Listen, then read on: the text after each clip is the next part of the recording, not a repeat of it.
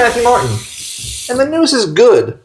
Tonight, just some random thoughts that have popped in my head recently. Nothing too crazy, just a bunch of little things I think of from time to time. Thought I'd share them with you. That's all. It's a little bit different, but it's okay.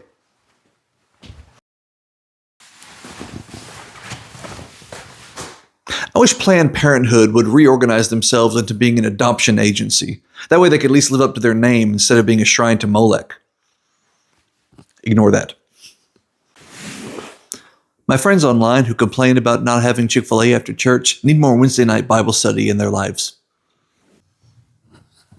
Isn't it weird how baseball managers dress like the players, and football coaches dress like the fans, and basketball coaches dress like the owners? I don't have a spiritual point there. I just wanted to say that.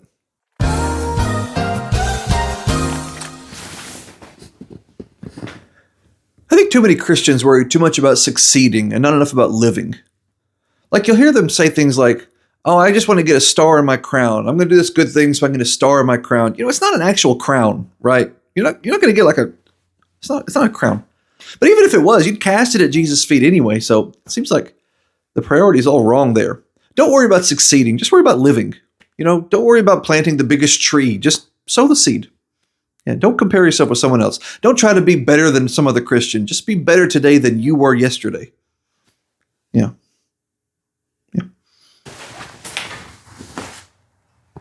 When they were younger, after the closing prayer, my kids would sometimes say to me, is church over? And I would always say, church is never over, but now we get to eat. Ignore that. You know, the words of the thief on the cross are really incredible when you think about them. He acknowledges that Jesus came to build a kingdom, but he also says that you've done nothing wrong. He says it to the other thief. He's done nothing wrong. But I mean, if Jesus came to build an earthly kingdom, as most people assume the Messiah would do, well, then that certainly would be wrong because it'd be a challenge to the Roman authorities.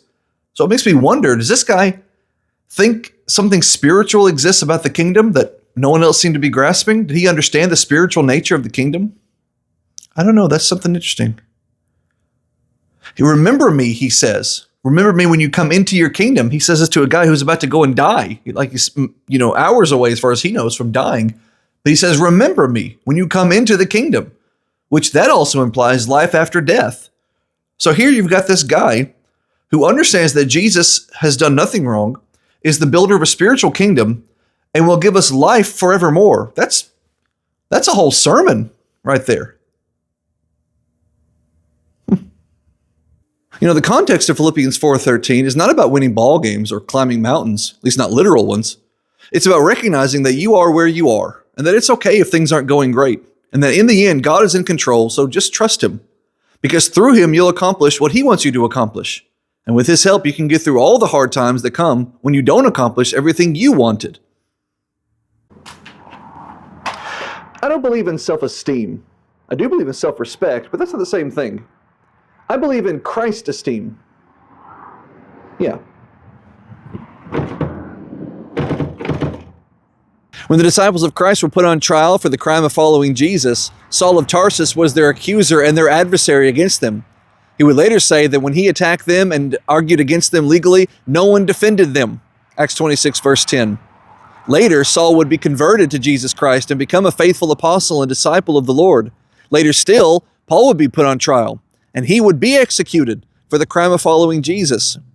One day there will come a judgment, and Paul will rise from the dead and be judged. And while that happens, the accuser of all men, the devil, will stand there as his adversary against him legally, trying to sway God against Paul. But Jesus will stand in Paul's corner, and Jesus will defend him. Jesus will do for Paul what no one did for Jesus' disciples when Paul accused them. That's the power of grace. There's a funny moment that happens in Acts chapter 27 when Paul's on a boat on his way to Rome, and there comes a big, great storm, and everybody starts panicking, and Paul just stays calm in the face of this calamity, like a Christian should do. And he has to go to the captain at one point and say, hey, your crewmen are about to jump ship over there. You might want to do something about that. And then the boat crashes, and everyone is freaking out and panicking and everything. And Paul looks around at them and says, none of you guys have eaten in 2 weeks. Like that's what you need. That's your problem. None of you have eaten lately. Like as a Jewish mother, you're peckish. You need to eat something. You'll feel better. I always like that part.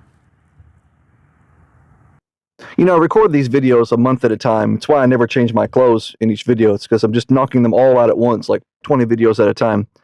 But almost every single time, I always forget to record something and have to get dressed all over again and redo just one video that I forgot to do.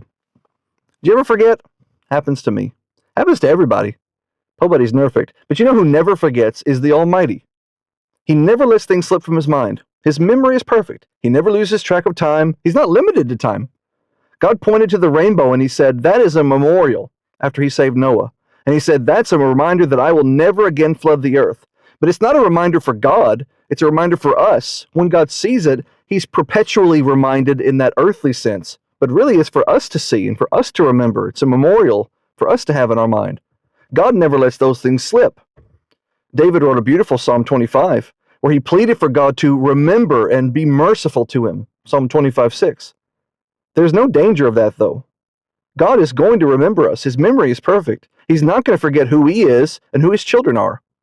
Jeremiah said that God's people will be saved under a new covenant, and that through it their sins would be washed away and their iniquities remembered no more. He's not going to bring them back up. That's what remember means in that sense. They're gone, they're wiped away, they're forgotten in the best possible way so that they won't be brought back to you and brought back up like on trial. His memory is perfect, whether he's using it or not. Peter once wrote that the second coming of Christ will happen and that scoffers will mock the idea and say that God has taken too long to return and so probably isn't coming at all. And the apostle says, no, the Lord is not lazy. The second coming has not slipped from his mind. He will return, and when he does, you better be ready. That's all I got.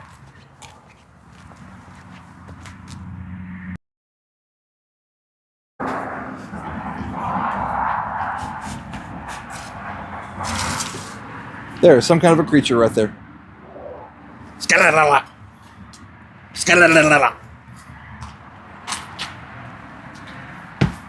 I'm not crazy. There's something there.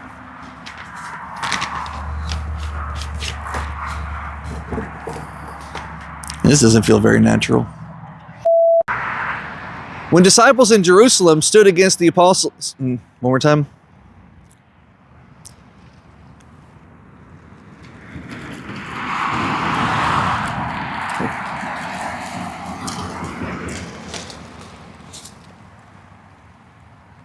There's a guy right there. I don't know who that is. He's just turning around.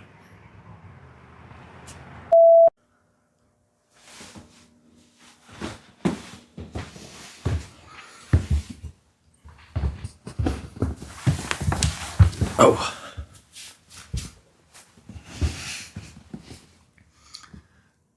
Let's turn that light on. Okay. Yeah.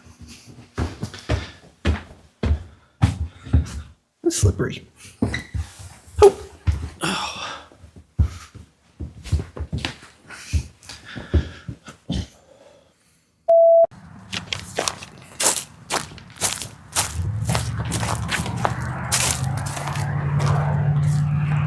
I wonder if I can climb this. I used to climb trees back in the day.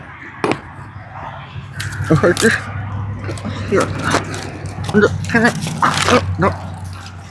If I get a running start. No. I'm 42 years old. Ooh, what if I just kind of sat? How would that look? How does that look? Does that look okay? What if I a leg like that? Yeah, that's not bad. Yeah, that's not bad. Isn't it weird how baseball coaches dress like the players, and football coaches dress like the fans, and basketball coaches dress like the owners? One more time. Coaches dress, coaches. Horses.